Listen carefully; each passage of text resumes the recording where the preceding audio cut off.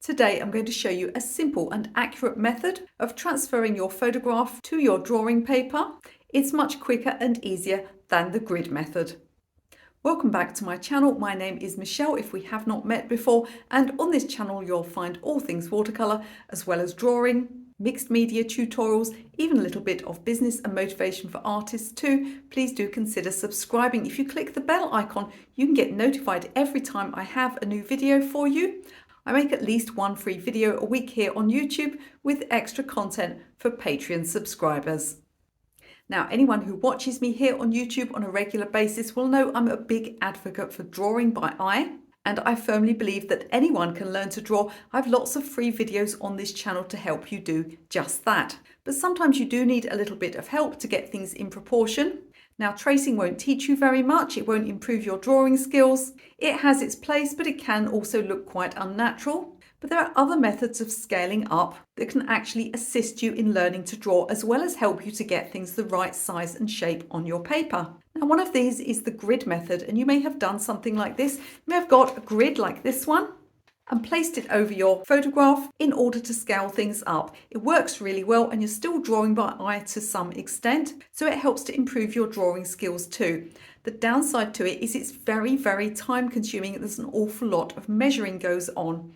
So today I'm going to teach you a method that's faster, easier. There's no measuring to be done whatsoever. You will need a ruler or a straight edge. And it's just going to give you that little bit of extra help and that little bit of confidence that everything's in the right position on your paper. I did actually mention this in my most popular drawing video, my 20 tips video. But somebody in the comments said to me, well, you didn't finish that drawing. I think I was doing a turtle. They said, why didn't you finish the turtle? And I said, well, I just didn't have time to fit all of that stuff into one video. So I thought in this video, we'll concentrate just on the scaling up method, and I'll do the full outline of the drawing for you. We're going to do a bird today. If you'd like to have a go at the exact same bird, I'll drop the photograph into the album that I keep in my Facebook group. I'll put details of that up on the screen now. You can also find the link in the description of this video. So let's get started. So the first thing we need to do is print and prepare our photograph. Now with this method you can go larger or you can go smaller. In other words, you can scale your work up or scale it down. I'm going to show you exactly how to do that. But what's important for this method to work is that your paper is the exact same proportions as your photograph. In other words, if it's long and thin, if it's square, if it's portrait and just a little bit wider than it is narrow, whatever the proportions are, your proportions of the area you're working on your paper must be identical. I've got a fantastically simple trick for doing that. Let me show you how it works. So here's the photograph I've printed off. I've got this lovely female blackbird, and you can see that there's a white border around the edge, which often happens when you're printing from a computer, and it's not even. We've got like a tiny bit over here and a wide border here. Now, in order to work out accurately the proportions of our paper, we need to know the exact size of the printed area. So what I'm going to do is I'm going to take a guillotine and I'm just going to trim off the white. However, if you're working from something like a precious old family black and white photograph, it's perfectly possible to do all of the things that I'm going to show you in this video without damaging the photograph. You'll just need to be a little bit careful. But for the purposes of this video, I'm going to trim the white off. So here's my photograph ready to scale up. Now it's quite a large photograph, so if I was using a smaller photograph, I could use something like this as a straight edge. As it happens, I've got my sewing yardstick here to hand, so I'm going to use this, but any straight edge will do. What we need to do first of all is we need to place the photograph in the top left corner like this. And yes, if you're left-handed, you could go in the other direction. It doesn't make any difference. And I'm just going to place that there. Put a little tape on it if you need to, but I'm just going to hold it in place. What I'm going to do now is take my ruler and I want to put it going right out of one corner and then exiting through the other corner. So you see now why I took the white edge off, but it is possible to still line up. Just remember that you're working only on the printed area and sort of ignore the white borders. You'll need to push it up a little bit. So what we've got now is the photograph lined up with the corner of the paper. We've got a straight edge going through the top left corner and out the bottom right corner. What I'm going to do now is draw a line. So I'm going to bring my pencil, just draw lightly until it goes off of the paper. And what we're left with is this. Now, the line will either go out of the side of the paper or it'll go out of the base of the paper. But whichever way it happens, you do the same thing. So mine's gone out of the side here. So what I need to do now is take a set square or any right angle. So a piece of printer paper will do. Could even use the photograph itself and line up like this. What we need to do is to line our right angle up on the edge of the paper, and then I'll take a line across like so. And I'll go all the way to the other side. Now, if your line, when you draw it, exits the bottom of the paper, then what you do is you find the mark where it came out, say it's here, and then you just place your set square there and you draw a line up. So either way, we're knocking a bit of excess off of one of the edges of the paper. If the line you draw goes out exactly through the corner, then you know that your photograph is already the exact same proportions as your paper. So let's look at what's happened here. Mine's gone out of the side, so I've drawn across here. What this means is that my photograph is slightly slimmer, slightly longer and thinner than my piece of paper, which is a little bit squarer. So this area at the base here, where I've drawn the line, this area I won't use. And I now know that what's left is the exact same proportions as my photograph. Now, if I want to make it smaller, I can choose any point along this line. So for instance, if I decided I want to go smaller, what I can do is I can place a mark anywhere on the line, and then I just take a right angle up and another across, and I end up with a smaller working area that is still the exact same proportions as my photograph. Now, with the piece you end up with in the bottom or the side, you can just scribble on it like this. You can just draw the line and ignore that part. But actually, I find that from a point of view of drawing, it's easier to get rid of it entirely. You can either cut it off, or if you're working in a sketch pad, what I like to do is put a piece of masking tape across the piece that I'm not using. It just gives you a bit more of a visual barrier. Because this is a loose sheet of paper, I'm going to cut this bottom piece off. Then I'm going to stick my paper down so that we can get ready for the next stage. So now we know our working area is the exact same proportions as our photograph. We need to prepare our simplified grid. I'm going to work directly on top of my photograph. In other words, I'm going to draw on the photograph. I just printed it off on my printer. However, if it's easier for you, you can overlay a piece of tracing paper on the top so as not to damage your photograph. Now, because I place timestamps on my videos, sometimes people skip ahead, which is absolutely fine, but you may have skipped ahead to this part and not watched the first part of the video. And you must understand that if you don't scale your photograph to the same proportions as your paper, this method is not going to work. If the proportions are different, then the grid lines that we draw next are going to distort and stretch or compress your image. And so this method only works if you do the first part as well. So now let's prepare our easier version of the grid, and we'll do the photograph first. Now, as I said earlier in the video, I'm going to draw directly onto my photograph because it's just one I printed off myself. Obviously, if this is a precious family photograph or something that you just don't want to spoil, then just place a piece of tracing paper over the top, put some tape up one edge so that you can sort of hinge it and lift it as you need to. You can draw your grid onto that. But because it's easier for you to see on YouTube, I'll draw mine straight onto the photo. I'm also using pen because I tried it just now with pencil and it wasn't showing up. So what you're going to do is you're going to draw a line from one corner to another, corner to corner, diagonally, and we'll go the other way too. Where these lines intersect, you have a center point. And we're going to go up through that center point at a right angle, like so.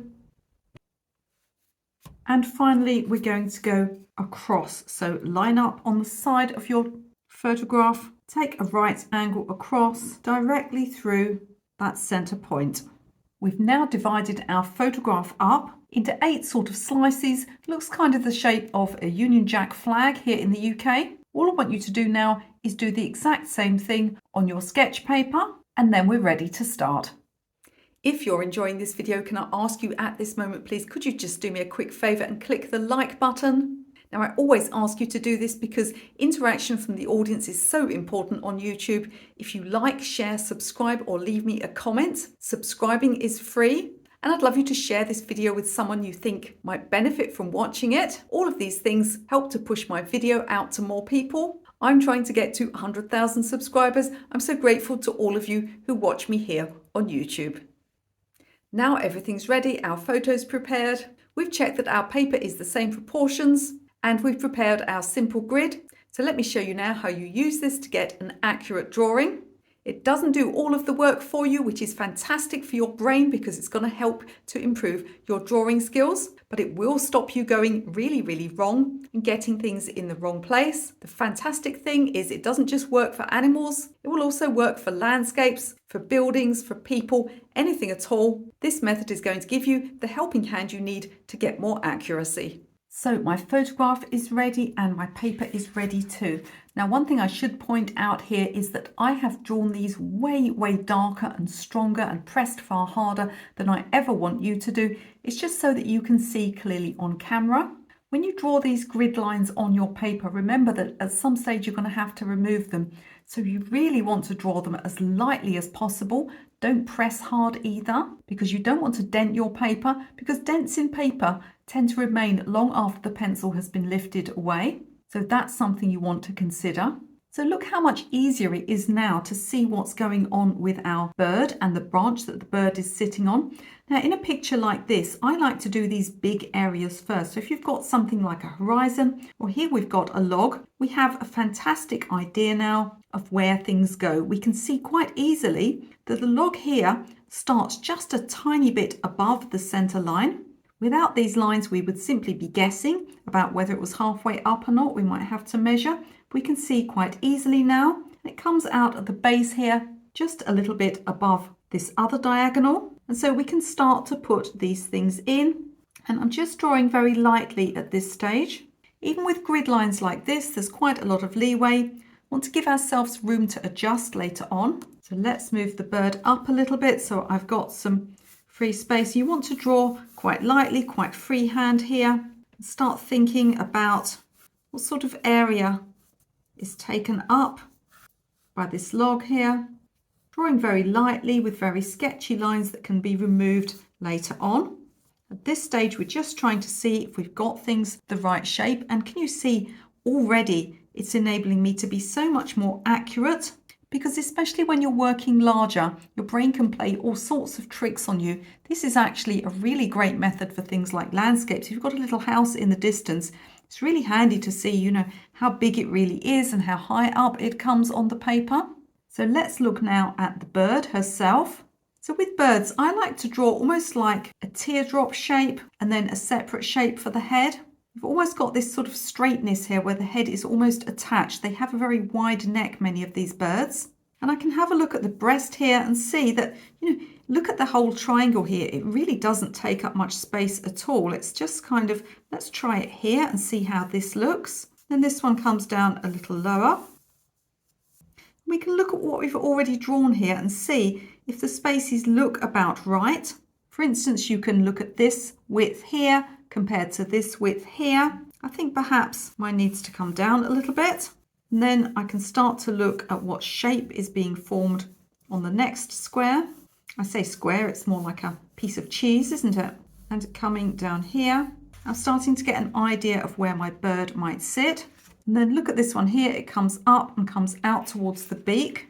So let's try putting that in so it comes up and then goes out. Let's think about this almost squareness that I showed you here as it comes round. So I'm going to take that bit around, just start to get an idea of this shape on the paper and think about where it comes down here.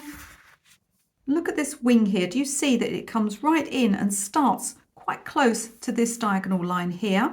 And then we can use the horizontal line halfway up to sort of see the angle of the wing itself. So the wing is almost straight here. It just comes out very slightly. So I'm going to just almost mimic that line and just come down a little bit. So now we've got something like this going on.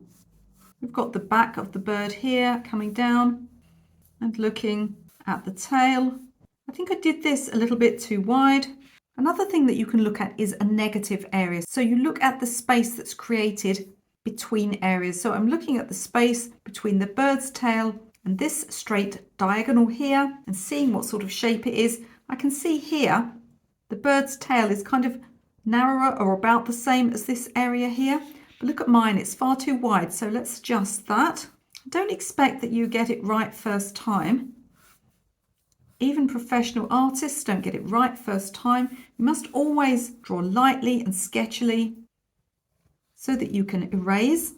And you should never put detail in until you're absolutely certain that everything is in the right place, that you've got the sizing and the layout correct. Let's look now at the legs of the bird. Now it's important to get these angles right. However, if I try and transfer them like this, you can see that my grid here isn't in the same place as the grid on my paper.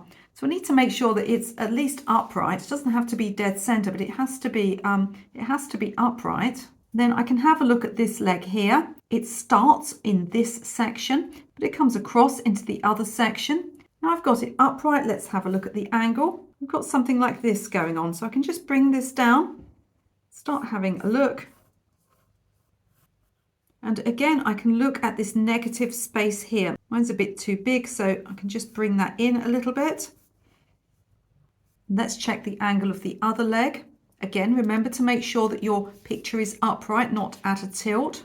And again, I'm just going to lay my pencil along it. I can see that it starts just in from the bird's body, just after where this diagonal hits the bottom of the bird, and we can check the angle. And so we're looking at something like this. I'm just going to, by eye then, come down and do this. Now you can see that I'm still having to do quite a bit of this by eye, and that's fantastic because it's helping to improve my drawing. So it's not about getting it 100% accurate like it would be a tracing, and they can look quite unnatural, but it's a matter of having this guideline so that we don't go too far wrong. So here I've got some feet on my bird. So let's go back up now and look at the head. So again, I can look at angles. Can you see we've got almost a straight line here? If I do it the other side, we've got almost a straight line. It just dips in slightly at the base of the neck, but the bird is almost one straight line to the top of the back of the head. So let's look at what I've already got here. I'm also going to look at the beak, the angle of the beak, the position of the eye. Now, birds' eyes are really quite tricky because unlike a human or a mammal's eye, there's very little indication of where they sit. There isn't, the shape of the skull to go by. I mean, I'm sure the bird has a shaped skull. Of course it does, but we can't see it because it's all covered in this fluff. So the best way to get a bird's eye correct is to just start with the head, to be honest. And if we can get things like the beak in place, we have a center line to the beak here. So I'm going to put my picture upright and just check the angle of that center line. Just like human lips, it can be easier to draw the middle line and then put the rest on the outside. So the beak line is angled down slightly. Bird beaks come into the face. Now it can take a few goes to get a bird head and beak correct. As I said, there's not a lot of reference points in the shape of a bird's head. Small birds like this in the UK are often fairly flat on the top of the head. And I'm just sort of trying to get an idea here of the shape of things like feathers. And then we can look at placing the eye. I can look, for instance, at how close it is to the back of the beak compared to perhaps the angle going up here. We can almost take an angle from the beak up to the back of the head, like so. And the eye is about halfway between, a little closer to the beak than the back. And there's usually a shape to a bird's eye. They may look completely spherical, but there's usually a little bit of shaping going on due to being viewed at the side. Now let's have a look overall. It's not too bad. I still feel that there's a bit too much squareness to the back of the head here. So let's do a little bit of adjusting. And I can start to be a little bit firmer with the outline and start looking at some of the areas where there are things like feathers to be placed in. I can double check the outside edge, see how that's looking. I am still feeling like the head is too broad here. I think what I need to do is just take a little bit of the width off of here. So let's make this neck a bit slimmer. I think the eye needs to be a little smaller. We can check the log that he's standing on. And what we've got here is just a rough outline drawing, but I'm actually really happy with this. If I were going to take this to a full drawing or a full painting, I'd have complete confidence that I had everything to scale and could start now putting in the details. So please do let me know in the comments if you like this technique, if you enjoyed this video. I had a thought the other day that I actually might do a video that went through all of the different methods of scaling up, all of the different ways that you can transfer an image onto your paper, because today's video is just one in a selection of tools that you should choose from when deciding how to get your image onto the paper. None of them should fully replace drawing by eye, which is so important. And before you leave this video, don't forget to have a look in the video description. There are lots of free resources down there for you. There are some free downloadable PDFs, including one all about drawing tips. There's even a free watercolor painting course that you can take for no money whatsoever. And whilst you're here, there's no need to leave my channel at all, is there? You can watch another drawing video right now.